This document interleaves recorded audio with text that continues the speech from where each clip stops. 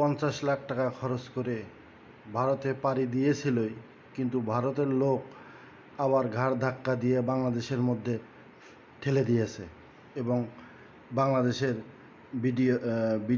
বিজিবির কাছে ধরা। কি এক অকল্পনীয় সিস্টেম দেখেন, গলার মধ্যে গামছা লাগাইয়া ধরে আছে। এই সে আমাদের বিচারপতি।